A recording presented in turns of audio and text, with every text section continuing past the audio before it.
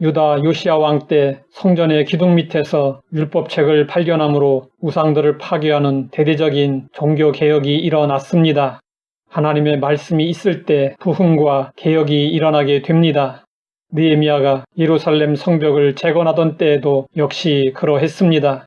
느헤미야는 대적들의 조롱과 협박과 모함을 이겨내고 유다 백성들을 지도하여 52일 만에 성벽 재건을 이루어냈습니다. 그리고 유다 백성의 무너진 심령을 다시 구축하기 위하여 학사 에스라를 통해 율법의 말씀을 들었습니다. 에스라가 율법을 낭독하자 영적 부흥이 일어나 무너진 심령이 다시 구축되고 예루살렘이 완전히 재건되었습니다.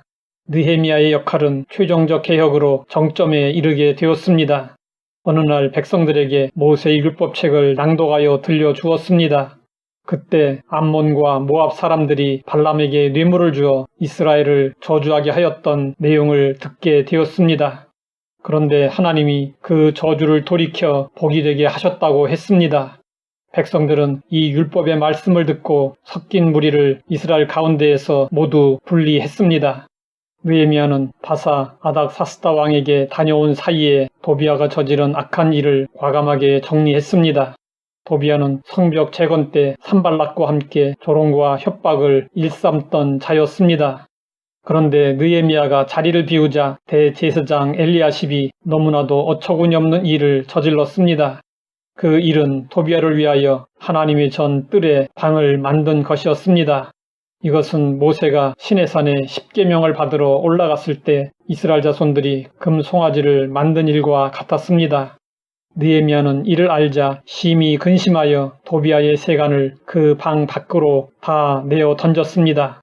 그리고 그 방을 정결하게 하고 다시 원래 있던 것으로 채웠습니다.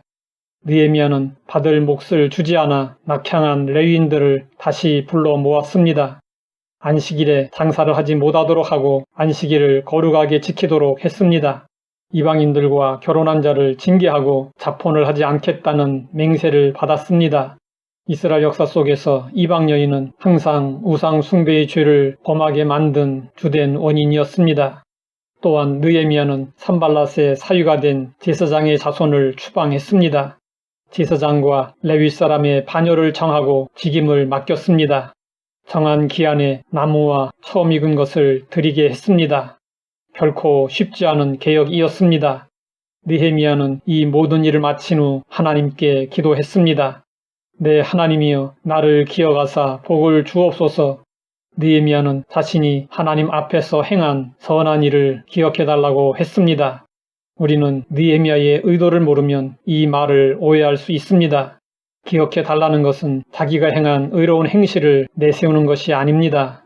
그는 단지 그 일을 행한 자신의 정직한 의도를 기억해 주시기를 바란 것입니다. 느헤미야서를 읽다 보면 기억해 달라는 말은 느헤미야가 기도할 때 즐겨 사용하던 말인 것을 알 수 있습니다. 느헤미야가 수산궁에 있을 때 예루살렘 소식을 듣고 이렇게 기도했습니다.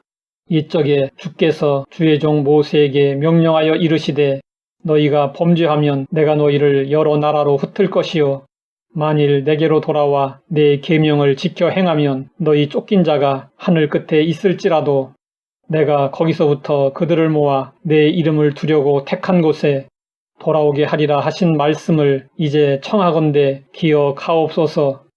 느헤미야는 유다 총독으로 세움을 받고 녹을 요구하지 않았습니다. 그 이유는 백성들의 부역이 중하기 때문이었습니다. 그때 그는 이렇게 기도했습니다. 내 하나님이여 내가 이 백성을 위하여 행한 모든 일을 기억하사 내게 은혜를 베푸시옵소서. 느헤미야는 도비아와 산발랏이 음모를 꾸밀 때 이렇게 기도했습니다. 내 하나님이여 도비아와 산발랏과 여선지 노아디아와 그 남은 선지자들 곧 나를 두렵게 하고자 한 자들의 소행을 기억하옵소서. 느헤미야는 레위 사람들을 다시 세우고 이렇게 기도했습니다. 내 하나님이여 이 일로 말미암아 나를 기억하옵소서. 안식일을 거룩하게 한 후에는 이렇게 기도했습니다. 내 하나님이여 나를 위하여 이 일도 기억하시옵고 주의 크신 은혜대로 나를 아끼시옵소서. 느헤미야는 산발랏의 사위를 쫓아내고 이렇게 기도했습니다. 내 하나님이여, 그들이 제사장의 직분을 더럽히고 제사장의 직분과 레위 사람에 대한 언약을 어겼사오니 그들을 기억하옵소서. 우리는 이러한 느헤미야의 기도에서 그가 자신의 인생에서 무엇을 가장 소중하게 여기며 살았는지 잘 알 수 있습니다. 느헤미야는 하나님이 자기를 기억해 주시는 것을 가장 소중하게 생각했습니다. 이렇게 하나님을 생각하며 사는 사람은 개인의 욕심을 위해서 살지 않습니다. 헛된 것을 추구하며 짧은 인생을 낭비하지 않습니다. 하나님 아버지, 느헤미야를 통해 무엇이 가장 소중한 것인지 알게 하시니 감사합니다.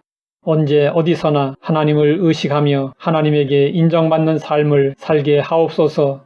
예수님의 이름으로 기도드립니다.